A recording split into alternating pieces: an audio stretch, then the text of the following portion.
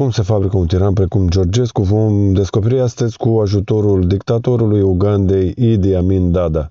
Idi Amin Dada a fost tipul de om care știa să joace teatru foarte bine, era o persoană mare, o huidumă, carismatică, glumeață și care părea foarte blând.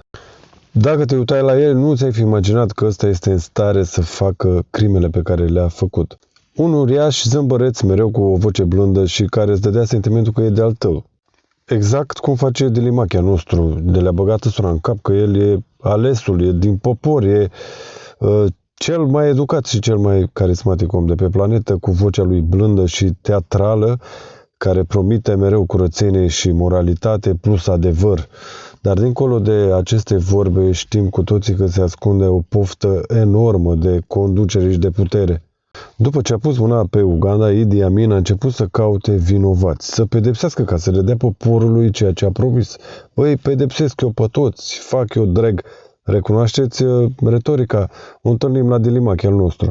Primii pe listă au fost indieni care trăiau acolo de generații întregi, aduși de britanici când Uganda era doar o colonie. Primii pe listă au fost indienii care locuiau în Uganda de generații, aceștia au fost aduși de Imperiul Britanic, pe când Uganda era doar o colonie britanică.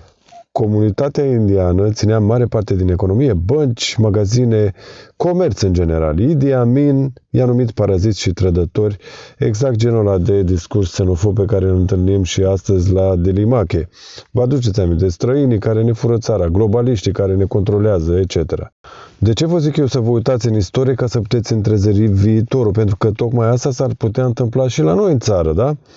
Idi Amin i-a izgonit pe toți ăștia, le-a confiscat afacerile și le-a dat oamenilor lui. A zis că Uganda trebuie să aparțină ugandezilor. Sună patriotic și sunt sigur că ați mai auzit chestia asta. Și la Putin și la Georgescu e aceeași retorică xenofobă. Mare problemă, pentru că cei care au preluat afacerile nu aveau habar de economie.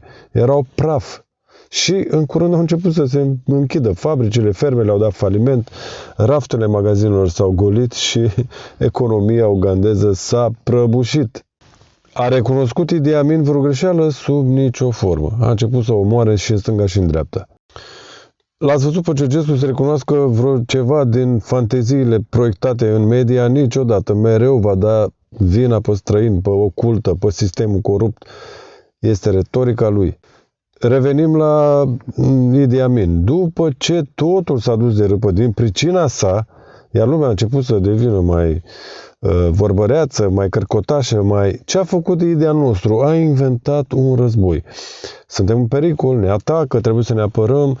Bineînțeles că el era atacatorul și a atacat țara vecină, Tanzania. O țară pe care voia să o cucerească ca să distragă atenția de la problemele interne ale Ugandei.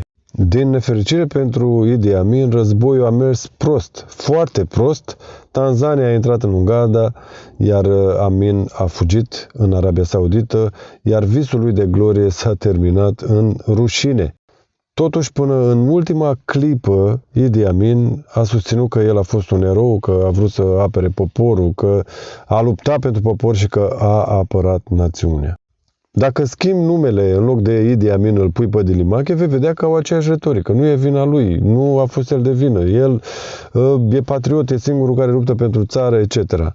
Dacă un om precum Delimachea ar ajunge vreodată la putere, s-ar întâmpla același lucru.